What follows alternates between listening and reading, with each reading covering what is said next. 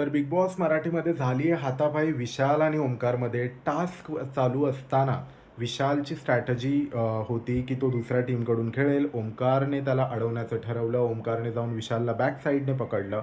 Back साईडने पकडल्यानंतर विशालने सोडवण्याचा प्रयत्न केला. त्या प्रयत्नामध्ये त्याचा एक हात ओमकारच्या मानेजवळ होता आणि ते दोघंजणं जमिनीवरती कोसळले. जमिनीवर कोसळल्यानंतर कुठे ना कुठे ओमकारला असं वाटलं की त्याच्या मानेला त्रास होतोय. त्याने विशालला सांगितलंही. फायनली बिग बॉसने सांगितलं की दोघेही थांबा. दोघेही थांबले, पण ओमकारला खूप राग आला होता कारण त्याची मान आवळल्या गेली होती. त्या रागामध्ये त्याने विशालला जोरात धक्का दिला. त्याच्यानंतर एक बॉक्स पडला होता, तो त्याने त्याच्यासाठी मारण्यासाठी उगारला होता. पण विशालने कुठेतरी समजदारी दाखवत त्याने थोडीशी स्माईल केली. तो हसायला लागला जेणेकरून सिच्युएशन काम डाऊन होईल. जर कारण या रागामध्ये दोघेही रागात असते तर इव्हेंच्युअली हातापायी झाली असती आणि शोमधून त्यांना बाहेर निघावं लागलं असतं. ही सिच्युएशन बघण्यासाठी खूप नॉर्मल वाटते आहे, बट जेन्युइनली दोघेही ॲक्टर आहेत आणि जर या सगळ्या गोष्टींमध्ये चेहऱ्यावरती किंवा फिजिकल काही हार्म झालं असतं तर दोघांचंही नुकसान होतं.